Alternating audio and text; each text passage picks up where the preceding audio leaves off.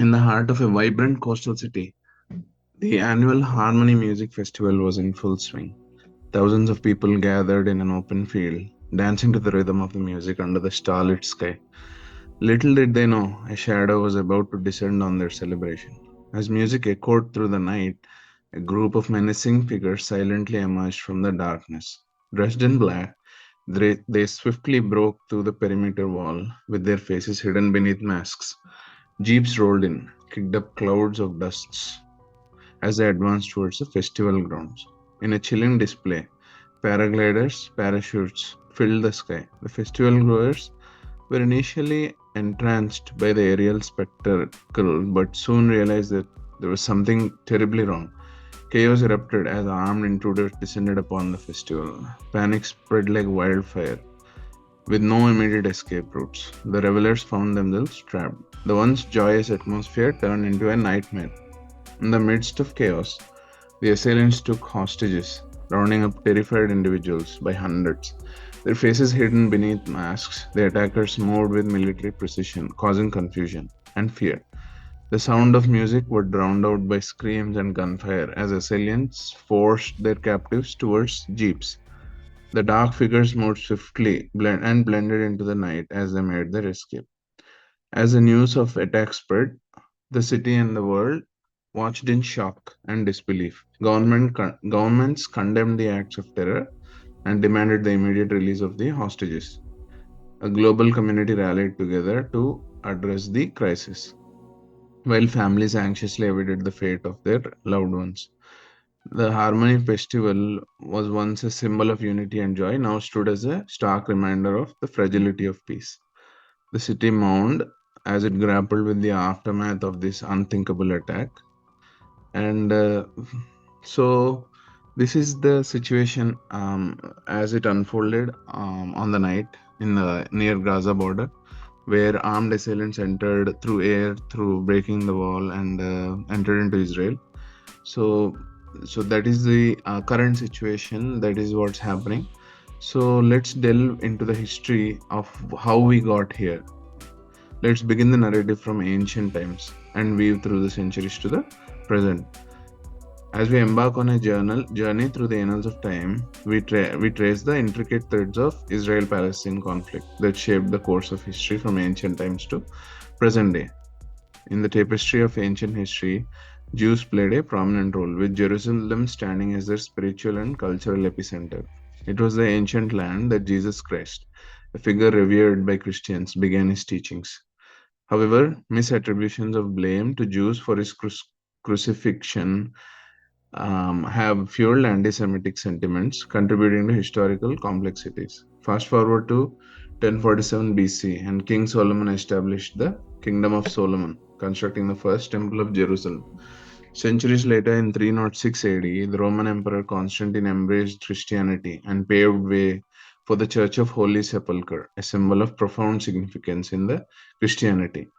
Leap to the 19th century, and also the Dome of the Rock and Al-Aqsa Mosque is also very important for the Muslims. So Jerusalem is a confluence of Muslims, Christians, and Jews, and all their sacred sites lie within the same compounds or very close together in Jerusalem, and that's why tempers flare and sentiments are always tempers flare, and it always is very sensitive.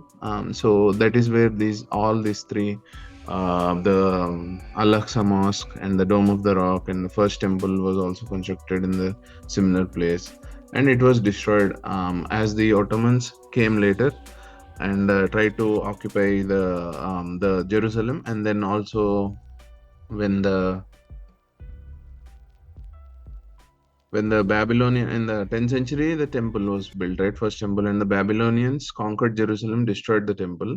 Then the Persians came and allowed Israelites to return back because the Babylonians pushed them out of Jerusalem. And next came the Hellenistic rulers, and later it falls under Roman control. The second temple is still there when it fell, but under Titus, the Romans, during the siege of Jerusalem, the second temple was destroyed.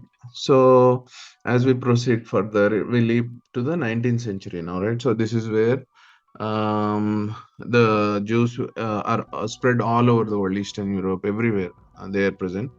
Now, leap to the 19th century, there's a call for Jewish autonomy, and it's termed as Zionism. And this thinking gains traction. The echoes of World War One bring forth the Balfour Declaration, 1917, for promising British support for Jewish homeland, because the Jewish fought alongside British, whereas the Ottomans and all supported the German side during the war. And the post-war, Jerusalem was under British control. They allowed Jewish people to return back, because it did not make it easy when Hitler rose to prominence and 6 million Jews perished in the Holocaust during the World War II atrocities.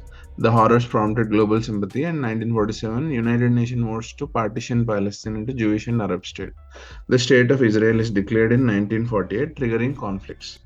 So, with the neighboring nations, in the 1967, simmering tensions erupt in the Six-Day War. Israel faces threat from Egypt, Jordan, and Syria, but in a stunning military victory, Israel captures the Gaza Strip, the West Bank, and East Jerusalem, laying the foundation for future territorial disputes and Israeli occupation of the.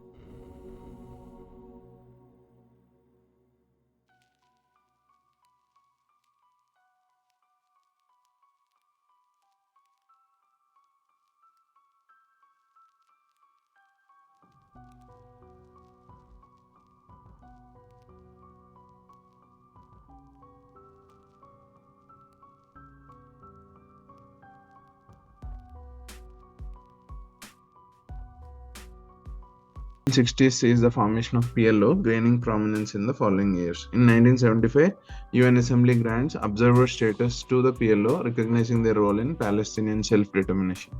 1980s witnessed weekend of PLO influence after the Israeli invasion of Lebanon. The Oslo Accords of 1990s aim at a two-state solution, but tensions persist. The Yitzhak Rabin, the Israeli prime minister who signed the accords, is assassinated in 95, and the peace process falters.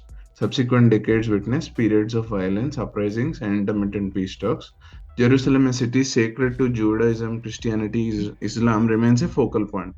The old city housing the Western Wall, the Church of Holy Sepulchre, Dome of the Rock is a microcosm of religious and political complexities. As we navigate through these historical currents of the Israel-Palestine, we witness a tale of resilience, strife, and enduring quest for a just and lasting resolution in a region where history is never static and the echoes of past continue to shape the present.